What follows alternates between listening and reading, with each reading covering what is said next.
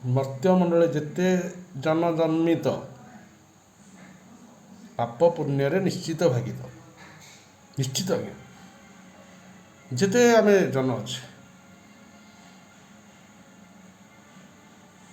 ତେଣୁ ଯେଉଁ ଭାଗ ହେଇଛେ, ପାପ ଟିକେ ନାକୁ କରିଛେ କି ଅଧିକ କରିଛେ, ପୁଣ୍ୟ ଟିକେ ନାକୁ କରିଛେ କି ଅଧିକ କରିଛେ, କେଉଁଟା ଟେଷ୍ଟ? ପାପଟା ଭାରି ଟେଷ୍ଟ।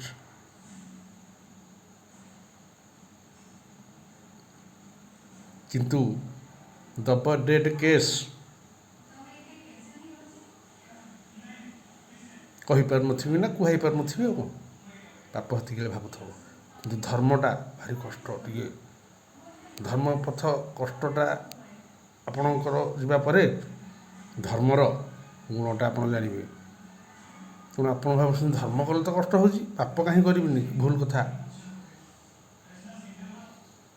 ପାପ ଯୁଗେ ଯୁଗେ ଅସତ୍ୟ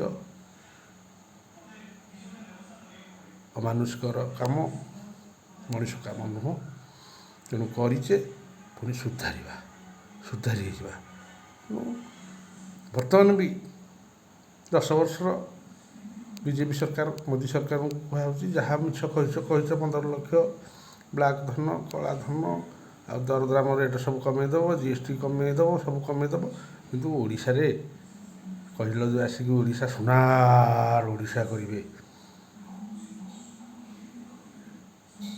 ନବୀନ ବାବୁଙ୍କର ଯୋଜନା ଉପରେ ଆଉ କ'ଣ ଯୋଜନା ତିଆରି କରିଛନ୍ତି? ଆଉ ଯାହା ପ୍ରତିଶ୍ରୁତି ଦେଇଛନ୍ତି ତାକୁ ପାଳନ କରନ୍ତୁ। ଆଉ ନବୀନ ବାବୁଙ୍କର ଯୋଜନାରେ ଲାଗନ୍ତୁ ନୁହଁ। ଜୟ ଜଗନ୍ନାଥ।